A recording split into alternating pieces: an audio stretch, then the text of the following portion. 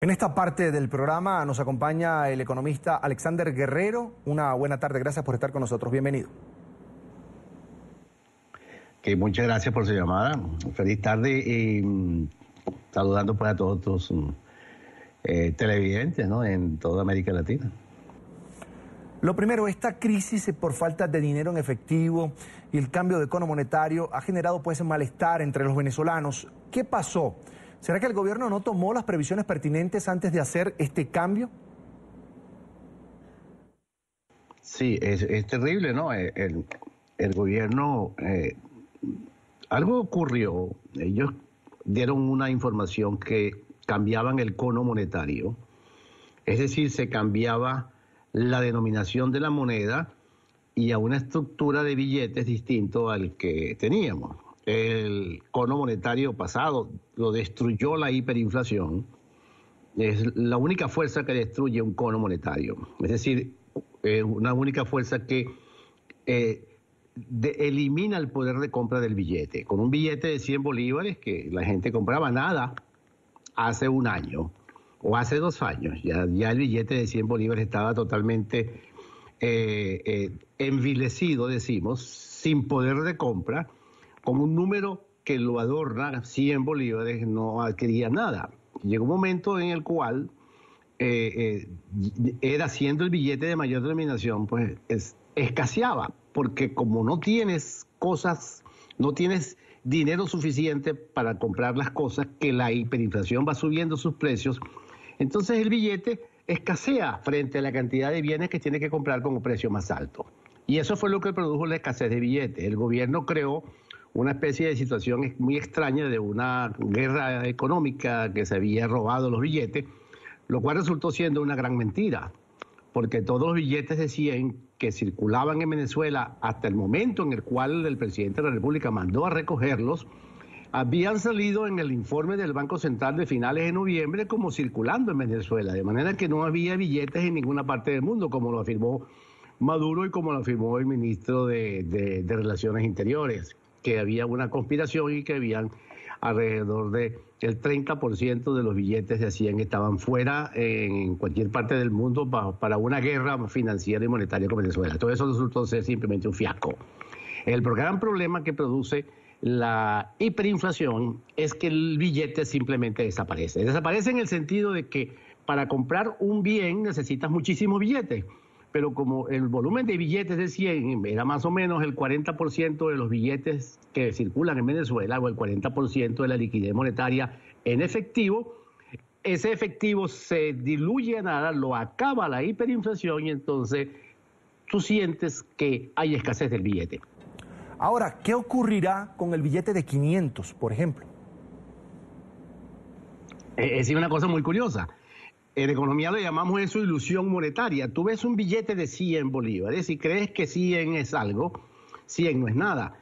Y esto va a ocurrir con el billete de 500, que está anunciado que va a salir, que no sale todavía, y que se va a llevar unos cuantos días más, supuestamente. Cuando ese billete llegue al mercado, llegue a las manos del consumidor, nos vamos a conseguir que ese billete va a tener menos del poder de compra que tenía cuando fue anunciado casi un mes atrás. Tú ves, ese problema fundamental que vive Venezuela en términos de lo que es monetario, en términos de la situación social, es la hiperinflación.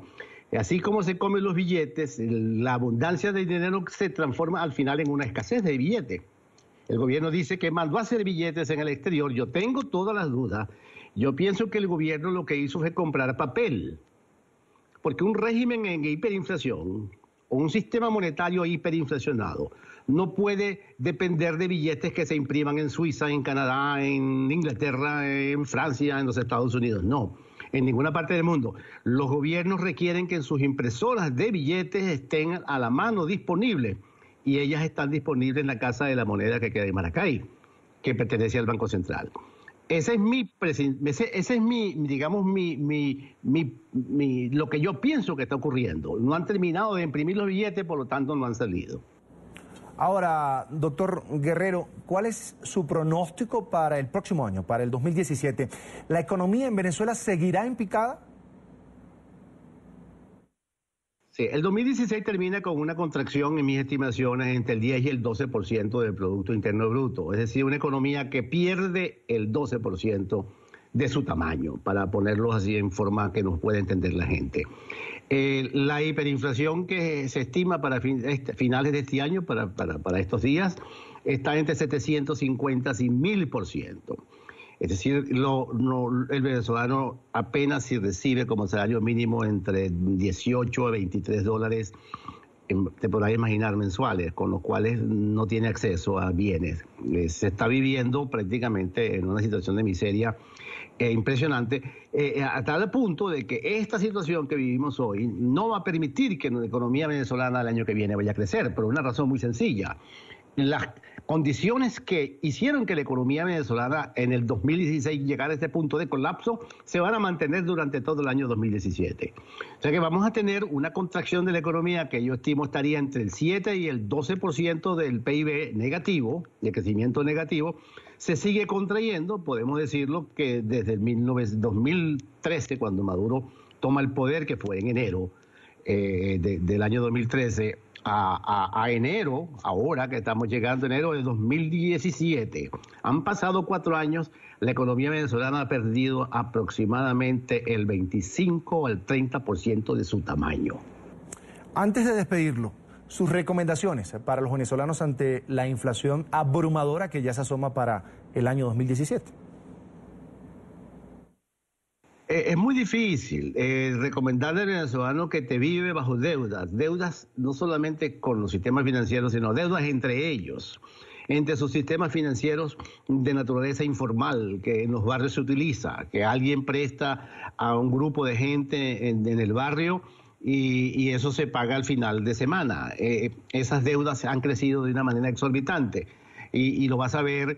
El proceso de empobrecimiento que vive Venezuela es de tal naturaleza que lo vas a ver en las estadísticas del crimen, que ya estamos llegando a los 30.000, el número de crímenes en el mundo, probablemente uno de los 2 o 3 países con mayor nivel de criminalidad en el mundo. Eso te lo da la pobreza, no hay otra cosa que te explique la criminalidad que la pobreza. Estas dos cosas, estas dos variables, este fenómeno es uno solo. Ahora, ¿qué va a pasar entonces?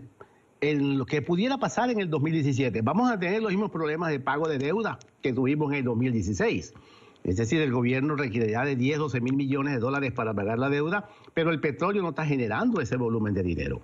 Y tan es cierto que no está generando que tú ves el mercado paralelo por encima ya de 3.000 bolívares de nuevo. Es decir, estuvo descansando el mercado paralelo por el efecto de intervención de la banca venezolana, que se intervino hace como 3 semanas a propósito del billete de 100 bolívares. Esa intervención bajó la demanda por el dólar paralelo y ahora volvió a subir y estaba en 3.400 bolívares por dólar. Lo que quiere decir que esta situación se va a mantener durante todo el año 17, la presión sobre el dólar, la gente buscando el dólar, y los dólares cada vez más caros y el bolívar cada vez con menor poder de compra. En pantalla, Alexander Guerrero, economista venezolano, a quien por supuesto le agradezco mucho que haya estado con nosotros aquí en la tarde de NTN 24. Un placer.